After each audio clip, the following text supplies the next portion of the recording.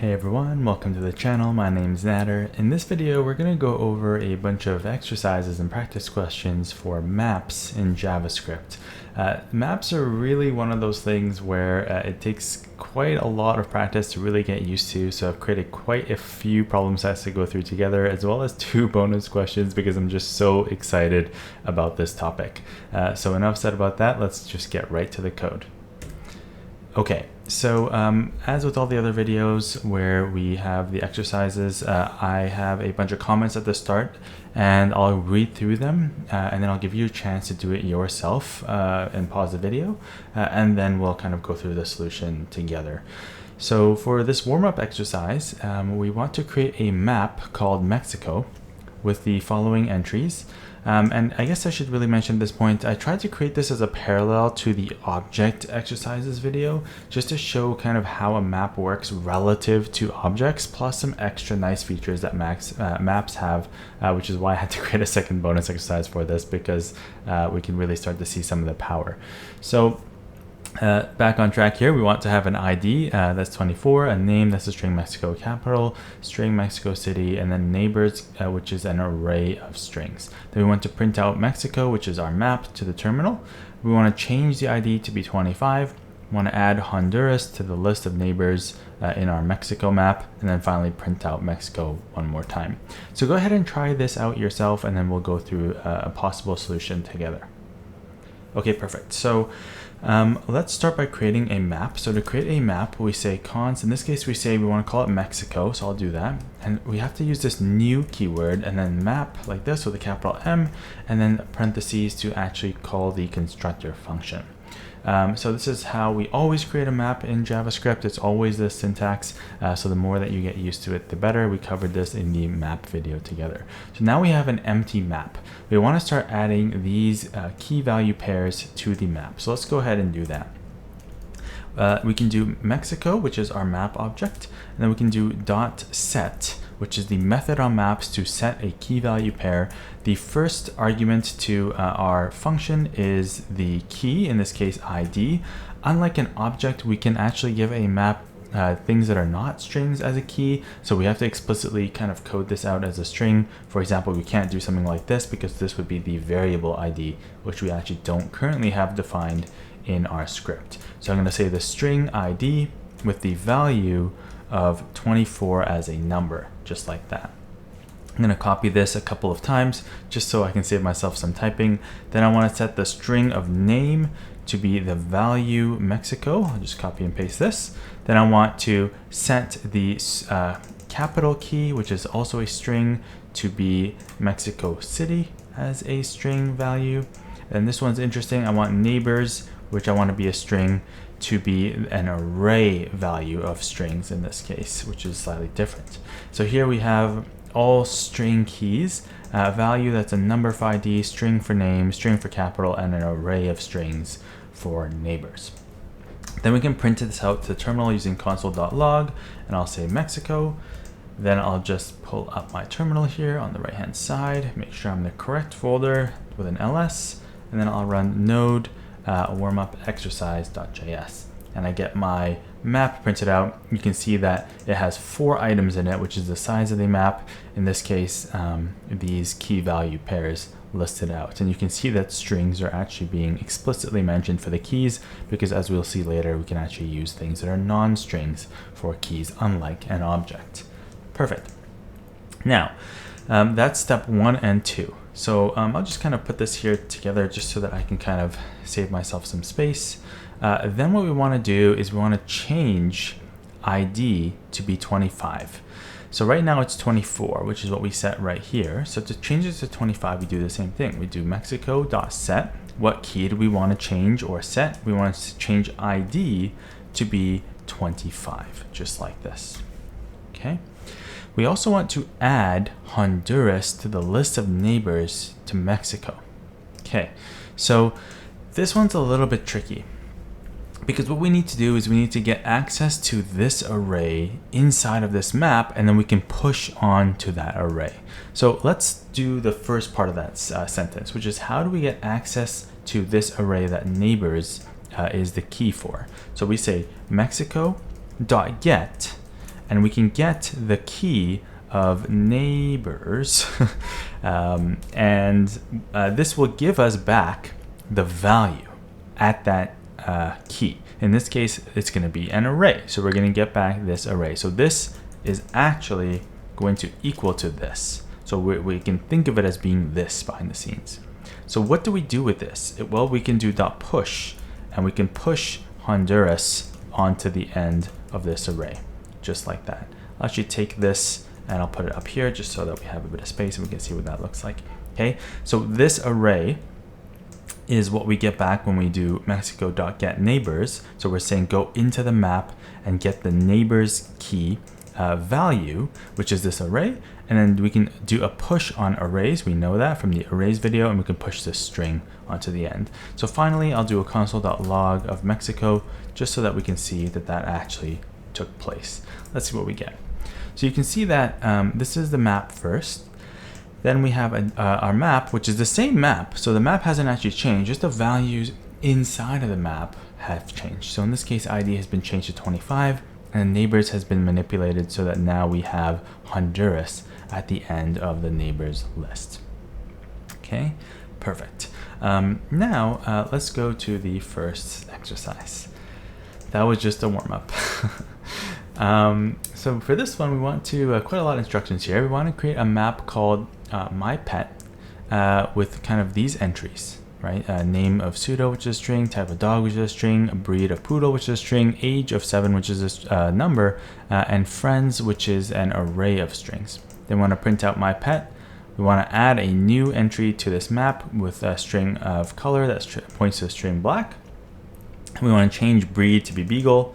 Then we want to remove data from the list of friends for my pet. So we want to remove this last element.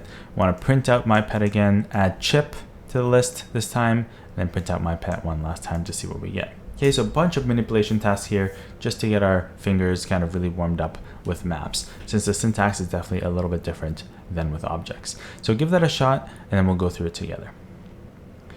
All right, so first step, so we want to create a map. So let's just call this map my pet. And this is again going to be a new map, capital M, parentheses, just like that. So this will create an empty map. I'm going to say my pet dot set. I'm going to set the key name to be the value pseudo, just like that. Okay. I'm going to kind of duplicate this a few times because I'm going to set a few keys. I'm going to set the name, or set the key of type to be dog, just like that. I want to set breed to be poodle, just like that. And then I want to set age to be, in this case, not a string. I want it to be the number 7. And I want to set friends to be this array right here with bit, byte, and data instead of this string. Okay, so this is constructing this map object. All right, so let's print this out to the screen and see what we get. So I'll do a console.log of my pet. I'll just kind of smush these together here, all in one block, just so that we can see those are the first couple of steps right there. I'm going to run node, and then this is exercise 1, and indeed we get our beautiful map with all the keys in this case being strings, and their respective values that we just saw. Perfect. Now we want to add a new entry with a key of color and a value of black. So we can do that. We can say my pet dot set, and we can do color, and then color is going to be black, just like that. So that's step 3 done. Then we want to change breed to be beagle. Okay, so breed is already in here, so color was not in here. So this is actually going to add color with the value of black as a brand new entry at the bottom of this map. But if breed in this case is actually inside of this map, so it's not going to create a separate entry, it's going to overwrite it because it already exists as a key. So we can do my pet.set breed to be beagle in this case. We can't have 2 of the same key in a map, just like we can't have 2 of the same key in an object because keys are unique in both of those. All right, so that is step 4. Then we want to remove data from the list of friends for my pet.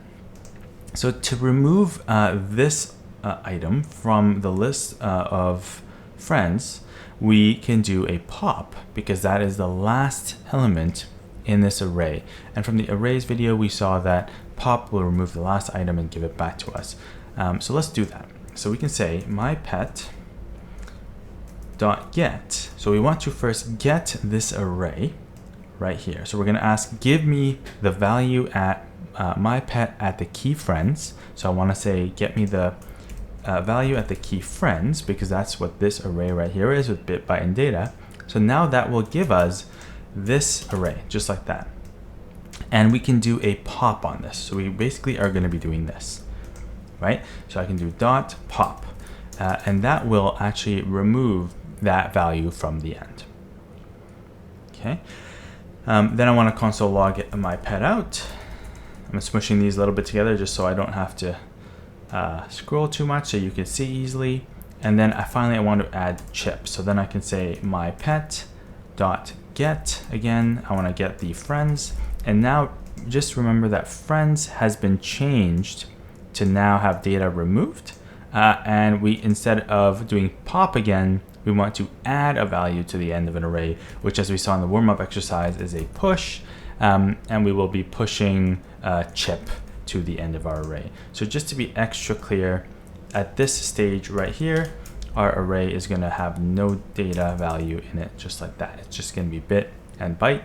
And then we will have, once we console log out my pet here, we will actually have chip added to the end. All right, so let's just see kind of this in sequence here. I don't think that gets cut off with my head, just enough space. So we have our original map here. Then we make a few changes here, and we can see that the breed has been changed to Beagle, and we indeed removed data from the list of friends. And we also added this new key value pair of color and black, right? And then the only other change we made here was that we added chip to this array of friends here using push. So we were able to take this array and push onto it the value chip, which is a string.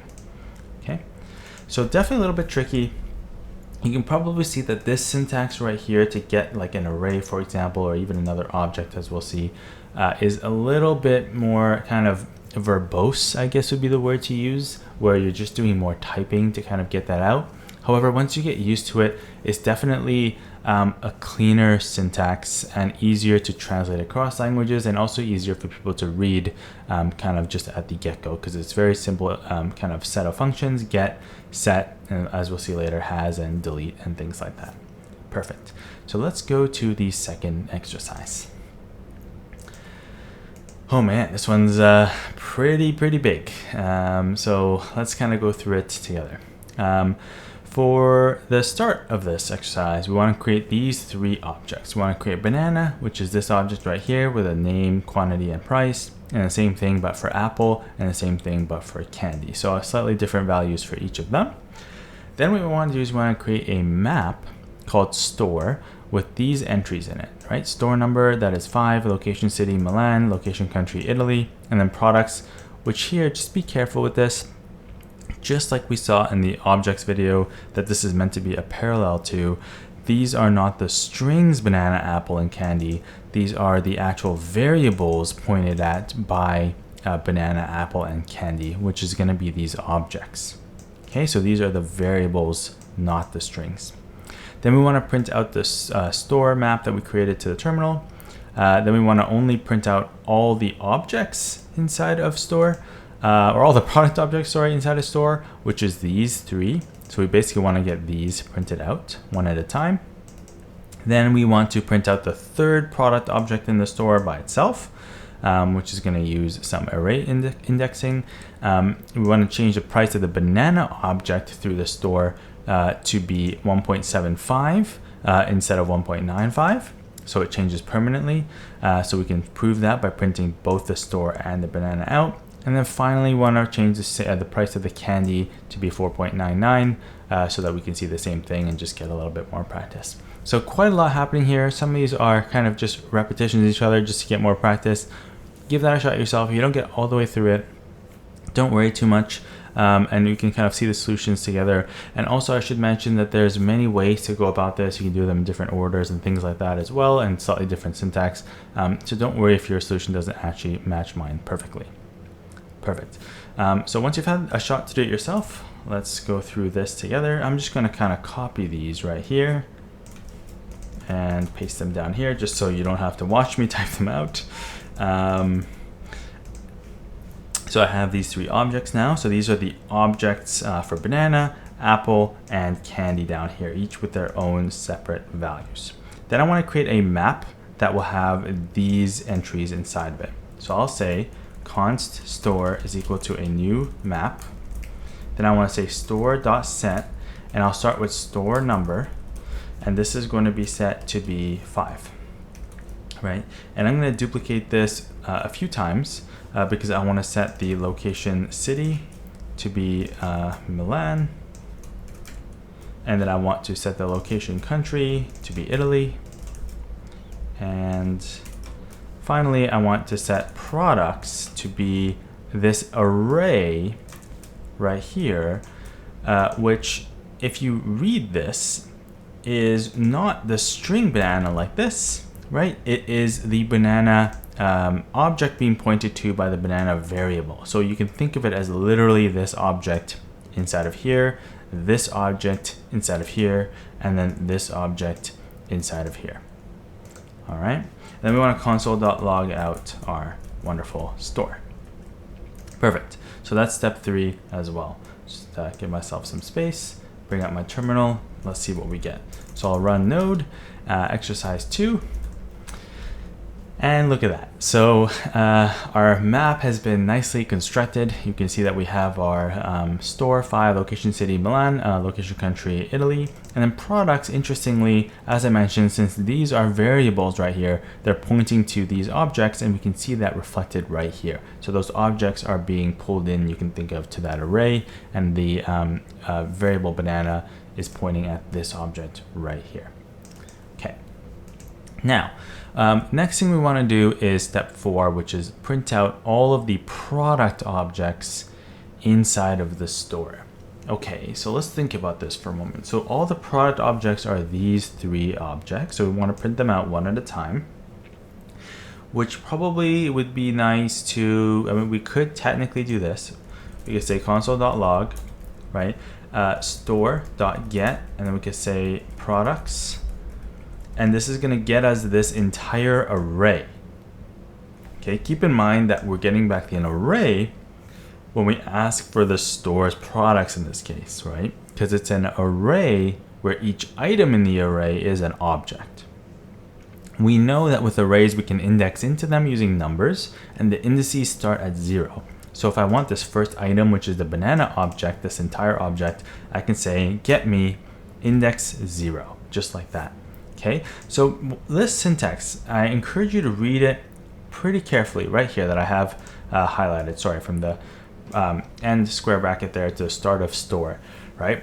I'm just going to kind of mention this really explicitly because this looks really gnarly the first few times you see it and can kind of be a bit mind-boggling.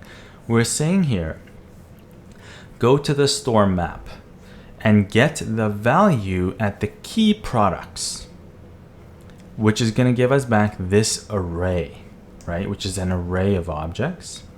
And we know that we can index into an array. So right after this, this is going to literally give us back an array, which is this array right here. And we can index into an array using square bracket notation with an index number, which is what we're doing right after this. So since I know this is going to give me back an array, I can say, give me the first element in that array. All right, so let's see what we get here. I'm going to clear this, I'm going to run this. And you can see that here at the bottom, I indeed do get banana, right? But we didn't want that, right? We wanted all 3. So I could technically do 0, 1, and 2 like that, and I can get all 3, right? You can see I'm getting them printed one at a time, which is fine. Technically, this is actually solving only printing out the 3rd object in the store using this one right here. But my intention behind giving you this was to notice there's a little bit of repetition here. Imagine that there was a dozen or 100 items inside this product list or this product array. That would get really tedious, right? So whenever you see repetition like this, 0, 1, 2, 3, 4, etc., you can think maybe it makes sense to use a loop. So I'll just show you how that would work, okay? I'm going to say for let I equal 0, I is less than, and this is where things get kind of interesting. With an array, we can dynamically get the size of the array using the length property, right? So we can say store.get, we want the product's value, which is this array, and we want the length of that array. Not the apple of the array, the length of that array, okay? And then we can say I++, just like this. So this is saying go to store, get the products array, and then give me back its length, which in this case is 3. If I was to add or remove items from this array, this would kind of shrink and or decrease or increase the length appropriately. And this loop would continue to work even as I change the size of this array, which is really nice. So then what I want to do is I want to console log out what I had earlier, which is store.get products at the index, but instead of hard coding like 0 or 1 or 2 here, I can hard code I, or hard code, dynamically code in I, which is going to change from 0 to 1 and then to 2. Okay, so definitely take your time to kind of wrap your mind around this statement right here. Definitely kind of tricky when you're using a loop, especially with all this map stuff happening, and it seems more complicated to do this than to do it in other ways, but I assure you once you get used to this, it will actually become your preferred method and the easiest way to store and retrieve data in JavaScript, unless you need the specific use cases of an object. Okay, so I'm going to kind of print this out in a second, but then I'm also going to print out the last value, because that was one of the things that we wanted to. So if I just wanted the third element, I could do it like this, which is step number 5 right here, just printing out the third product in the store, right? So you can see candy being duplicated twice, and then these 3 are coming from the actual loop right there. Pretty cool. Okay, so next we want to change the price of the banana object to be 1.75. So how do we do that? Well, we know the banana object, well, we want to change it through the store, sorry, is what we want to do, instead of just directly. So if we say store.get, and we want to get the products list in this case, we know that banana is at index 1, right? So if I say, or index 0, I should say, sorry, it's the first element, index 0, I'm always off by 1. This is going to give us back the banana object, this statement right here, right? We're going to get back this object right here, the banana object. And then I can change the kind of keys or values inside of that object just like I normally would. This is an object, not a map. So I can actually say dot, and in this case I want to change the price, is going to equal to 1.75 instead of 1.95. So this will permanently change this to be that value. So then I can console.log out the store again, and I'll actually console.log out banana just to make sure that it actually got changed. I'm just going to comment out these console logs just so my console doesn't get too cluttered, so that it doesn't interfere with what you can see on the stream here. Once I print this out, you can see that this is the store right here being logged out on line 47, right? And that's after we've changed the price of banana to be 1.75. Okay. What's curious is that banana, the object outside the store here, which is what we're printing here on line 48, has also been changed. And if you recall back in the kind of objects video, maps work the same way as objects, right? They only point to things, and if that thing is an object or an array, it's going to permanently change it for anything pointing at that thing, because we're not making copies of these objects. We are actually just kind of referencing them or pointing at them. Okay, so if I change banana through the store products array, I'm also changing it out here, and vice versa as well. If I was to change banana out here, it would actually impact this banana inside of the products array and any other array that it is inside of our program. So just be careful with that. If you weren't able to kind of get that the first time, maybe try to re-listen to what I said or watch the object video, because I have a drawing in there on how that works. But eventually you'll kind of get a feel for this the more of these that you do, and it'll kind of make sense. Finally, I want to change the price of the candy object to be 4.99, but I can change candy directly. So here I can say candy dot price is equal to 4.99, and this is the reverse of what we're doing here. So if I log out the store and I log out candy, we'll see that it's changed in both places.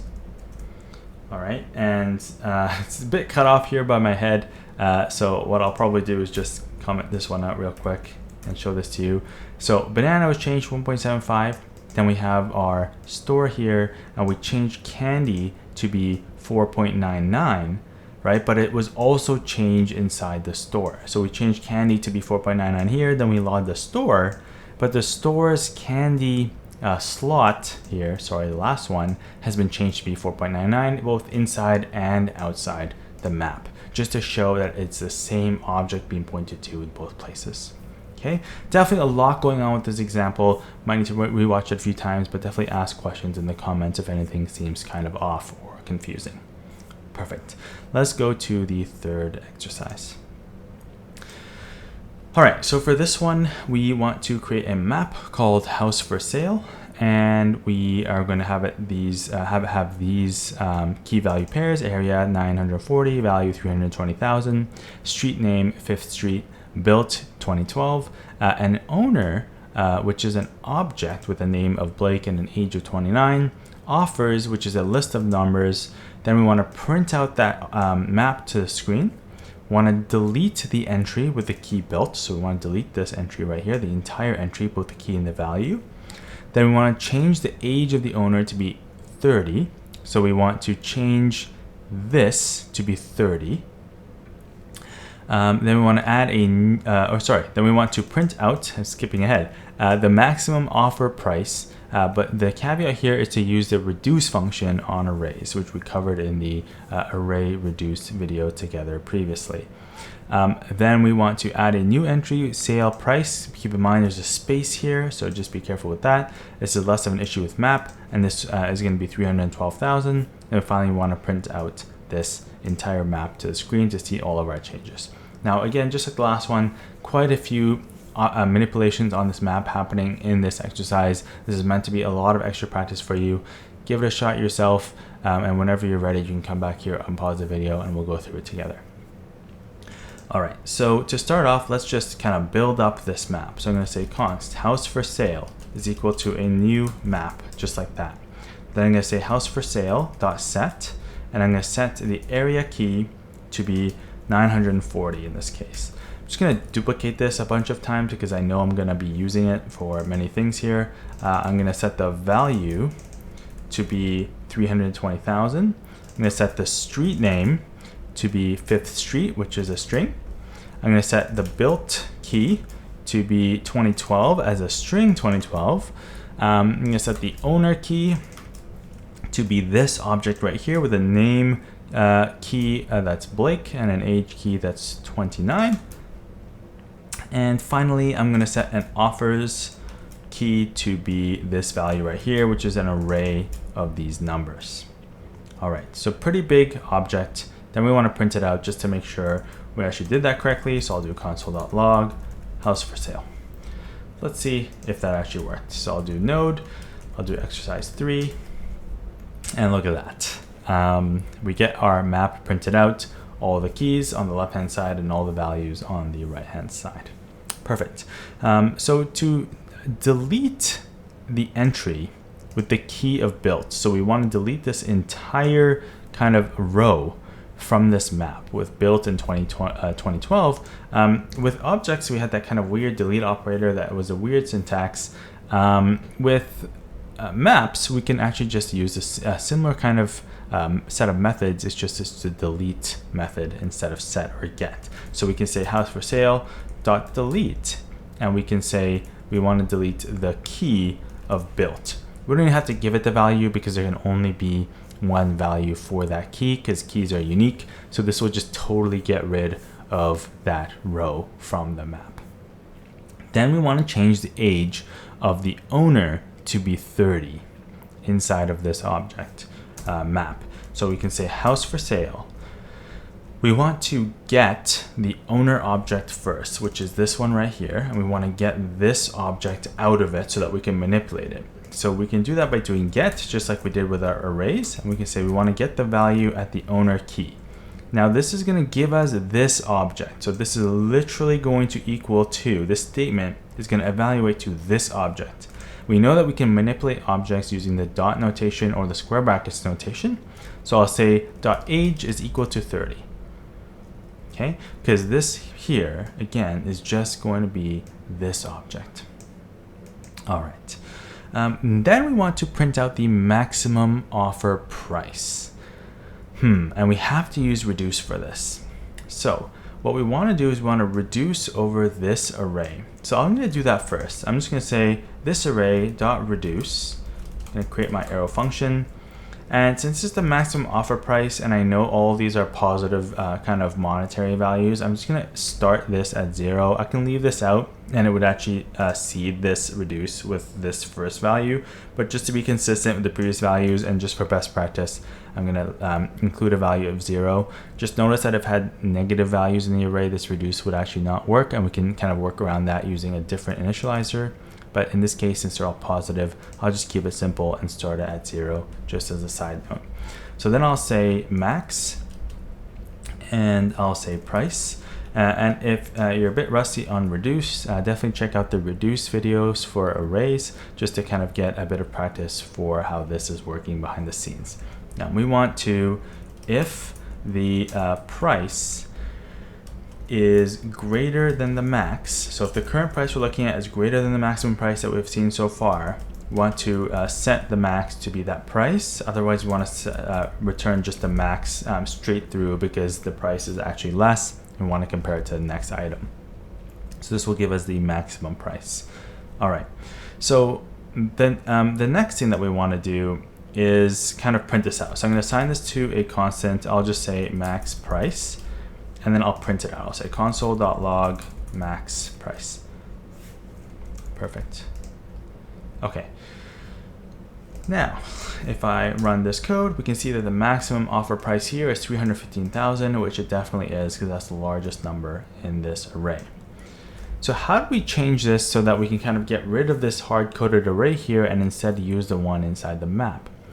Well, we can actually ask for it just like we did in the previous exercises. We can say house for sale dot get, and then we can say offers, right? This is going to get us the array that's inside of this map, and then we can reduce over it. So if I run this code, you'll see that we get the exact same result, which is pretty amazing. All right. Then we want to add a new entry, sale price, right here. So I'm going to say house for sale dot set, and I want to do sale price. Oops, I already copied that. Sale price, and we want to set it to 312,000, just like that.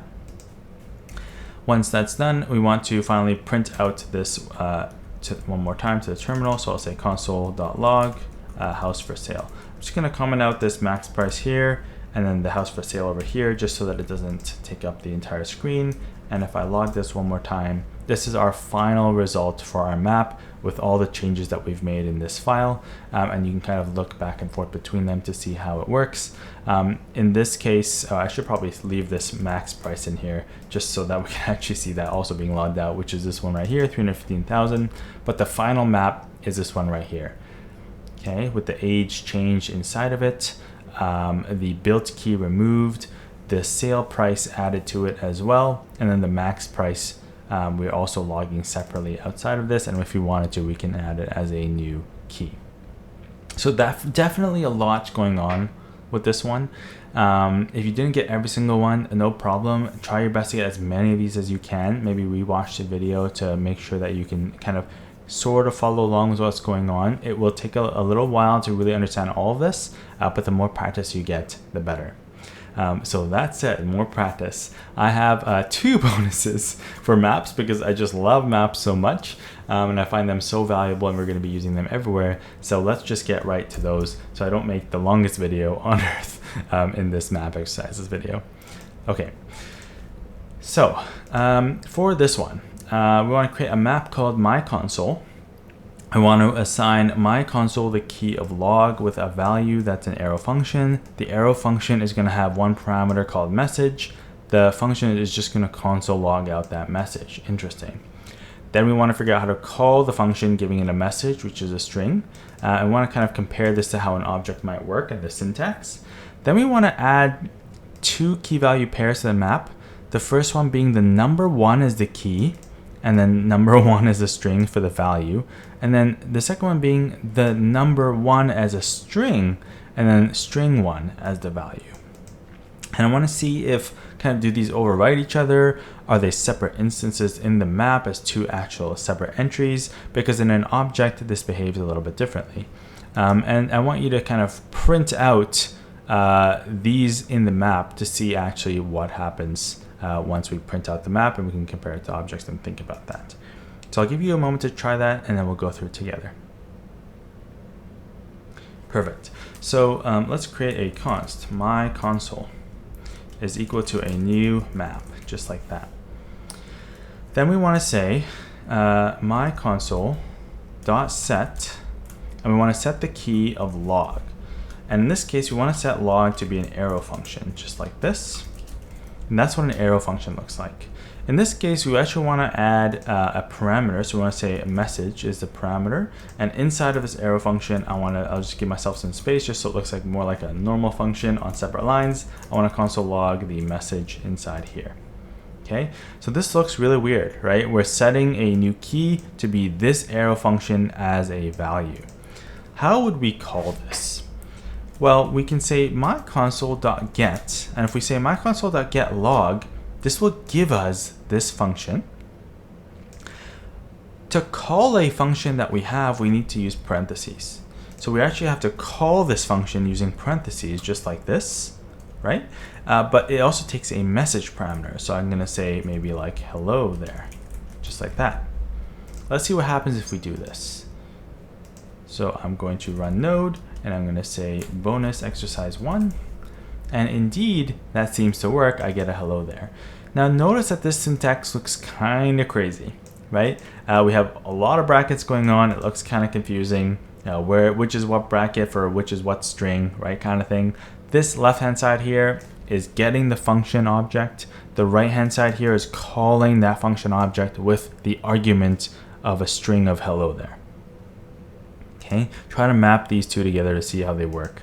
No pun intended. Wonderful. Then we want to add kind of some interesting things to this map, and this is where they differ slightly from objects. So step 4 here, we want to add the number 1 as a key and number 1 as a string for the value for that key, and then the string 1 as a key and the string 1 as a string for the string key 1. So let's do this. So we'll say myConsole.set. And then instead of using a string key, I'll use the number 1 as a key. And then I'll just use this number 1 string as the value. And similarly here, I'll use string 1 as the value for the string 1 as a key. Okay, so I want you to think about this. When I print out this map, right, are we only going to have 1 entry for 1, or is it going to be 2? Let's take a look. So if I console.log myConsole, interesting, very, very interesting. So we have our function here, right, which is log, which is what's called an anonymous function, an arrow function in this case. But what we're looking at here are these 2 values. It looks like the number 1 and the string 1 are 2 separate entries when keyed into this map. And that's because in a map, the keys are actually able to have different types. With an object, this string, or this number 1, sorry, would have actually been turned into a string 1 and would have been this one right here. We would have actually only had one entry for 1, and it would have been string 1 because the second one had overwritten the first one with an object. But for a map, this is actually not true. Now, sometimes this is very useful behavior if you use it correctly and you know what you're doing. Sometimes it can lead to unintended side effects and get really, really confusing. So definitely I would say to start, make sure you treat it very similar to how you treat an object and get used to using it with strings. And then in more advanced use cases, as you know kind of what's happening and how the map works, you can start using it with things like numbers. All right. Perfect. If you have questions about that, definitely ask them in the comments. I know this is one of the more confusing things with maps. And also I highly encourage you to look at the documentation on something like MDN to actually look at how this works internally. Now, one last exercise before we call it for this video. I really love maps. What can I say? So for this one, I want to switch it up slightly. I try to avoid these questions, but this question happens so much, especially in like interview settings or other settings, that I kind of wanted to just throw it in here as like an extra bonus for you to kind of freak out a little bit over, because it is definitely quite challenging.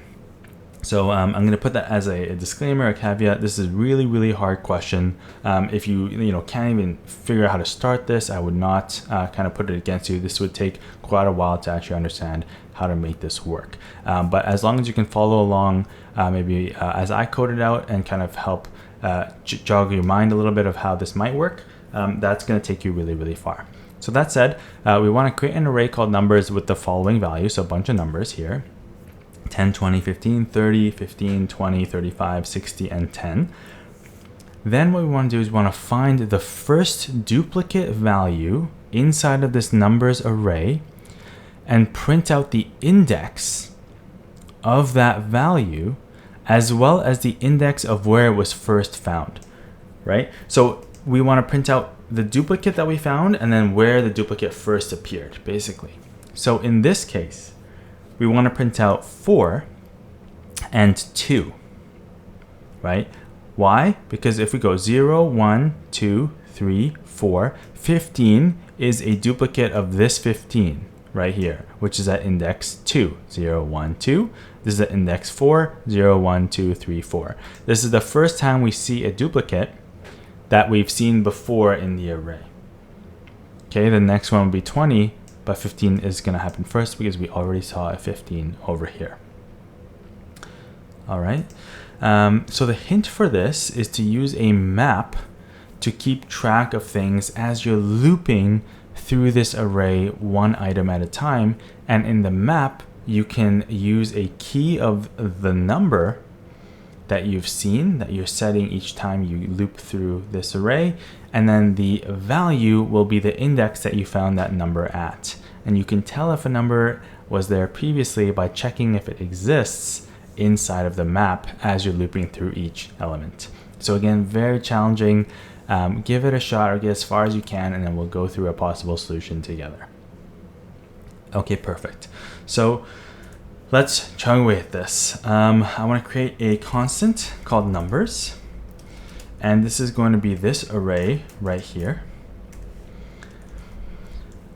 And we want to find a duplicate. So as I mentioned, we want to kind of loop through this array and then do something each loop to figure something out. So I'm going to say for let I equal 0, I is less than numbers dot length, and then I plus plus. Then I want to do something. So now we want to think of, well, what is it that we want to do? If I'm looking at the number 10, which is the first item, what do I want to do with that number? Well, I guess in English, what I want to do is I want to make sure that I keep track of the fact that I've seen the number 10 and the index that it was located at. In this case, I want to make sure that I keep track that I saw 10 at the index 0. Right? Why? Because in the future, as I get to the next numbers, I can check to see if I saw 10 and it exists in that kind of memory that I have of what I saw previously. So how do we go about this? So the hint was to use a map to keep track of all this. So I'm going to say const scene numbers. I'll use that as my map name just so it's very, very explicit as we're typing this out together. Const scene numbers is equal to a new map that's going to be empty to start. Okay. So what do we want to do? We want to see if the map has that item inside of it. If the map has a 10 already in it, we know that this is a duplicate 10, right? And if it doesn't have 10 in it, we know that it's not a duplicate yet, but we should add that number and its index to this map. So what we'll do, we'll say if our scene numbers, and we can check to see if it has what we are looking for as a key with a has, like this. And then we can say if it has the number that we're looking at right now, which is at numbers at I. Okay, now this statement is extremely confusing the first time you see it, right? I'm just going to go through this really slowly. Numbers at I is going to be each of these numbers each time we loop through this array, right? So to start, you can imagine this is going to be 10. Right? Numbers at index 0. We're asking, does the scene numbers map have a key of 10, which we're using a number in this case, right? Instead of a string. It doesn't because it's empty right now. So we're not going to do whatever this is. We're not going to do this stuff. We're going to do some other stuff. So we can say, for example, else, and we're going to do something else, right? Well, what do we want to do if we don't see it? Then we want to add it to this map so that the next loop we can check to see if we've seen it previously. So then we're going to say scene numbers dot set, and we want to set this numbers at I, so 10, to be the index, which is I. Again, very confusing the first few times you see this. Numbers at I is going to be 10 the first loop, I is going to be 0 the first loop. Then the second loop, numbers at I is going to be 20. I is going to be 1 the next time around. I is the index. Numbers at I is the array value at that index. So all this is doing is setting the map's keys to be the indices of that item in the array as we loop through it. Okay. So if we have seen it, right? So if we have seen it, we found it, this is a duplicate, then we want to print out these two indices, which is the current index and then the index that we saw it at previously. So we want to console.log out two things. The first thing is the current index, which is index I, because that's the one we're looping at right now. The second thing we want to print out is the previous index that we saw this item at, which is at scene numbers dot get numbers at I. Okay, so I'll go through this one again just so it makes a bit more sense. I is just the index that we're looking at. Scene numbers dot get numbers, we're asking to, because we checked that we know it's inside of the map, that means it's a duplicate that we've seen before. We're saying to go get the value at that index, or sorry, the value at that number inside of the map, which is going to be the index. Okay, because these are going to be number to index pairs, just like this. Perfect. So what I'm going to do is, once this is done, I'm just going to console.log out scene numbers just so that we can see kind of what this looks like, and I'll change these numbers around a little bit just so we can see as more numbers get added what that kind of looks like. So I'm going to run bonus exercise 2 here, and you can see that we get 4, 2 printed. We get, this is printing all of the duplicates actually, 5, 1, and then 8 and 0. So 8 and 0 would be the 10 here and the 10 here, right? To stop this loop the first time around, we could do a break right in here, and then that would stop the loop as soon as we see the first number. In this case, I actually forgot to do that, and we're just printing every single kind of mapping. Index 5 and 1, that's this 20 right here, and then this 20 right here at index 5 and 1 for 20, 8 and 0 for 10, and then 4 and 2 for 15. Took me a while to kind of see that. And you can see the map is what's being printed right here. And this is the number index pairs, right? So we saw the number 10 at index 0 first. we saw the number 20 at index 1, we saw the number 15 at index 2, 30 at index 3, 35 at index 6, and 60 at index 7. All right, so with that visual, definitely try to run through this code a few times. It's going to take quite a while to really understand this. And I mentioned that this might be something that would pop up in an interview. So definitely be a challenging interview and probably a higher level interview. I would be quite shocked to see this at an intern level, to be quite frank. But if you could do this in an interview like that, that would really show your chops. So the more practice you get with things like this, the better it is. If all of this is over your head to start, really honestly don't worry about it. It takes a lot of time to kind of get to a point where this becomes kind of more proficient, and you can even think of the logic behind it and how the loop flows and the if statement flows and when to even use a map or not a map. All of that really just takes experience and time. But the more you try and try and try again and fail and then try again, the easier it gets over time. Okay, so I know this video is running a little bit long. I hope that all of these exercises and all the bonuses that I put together were valuable. If you did find them valuable, please like the video and subscribe to the channel. As well, I'd love to hear in the comments kind of what you thought of these exercises, or if you got stuck or anything, or even any other solutions that you came up with. I think just comparing and sharing these solutions is another fantastic way to learn together. What we're going to do in the next video is look at another data structure very, very similar to map, that's called the set, that is kind of a map but without values, only kind of with keys, or you can think of only with values and without keys, one or the other. Very similar to how an array works, but with a few slight differences. I'm super excited to get that video. I'll see you there.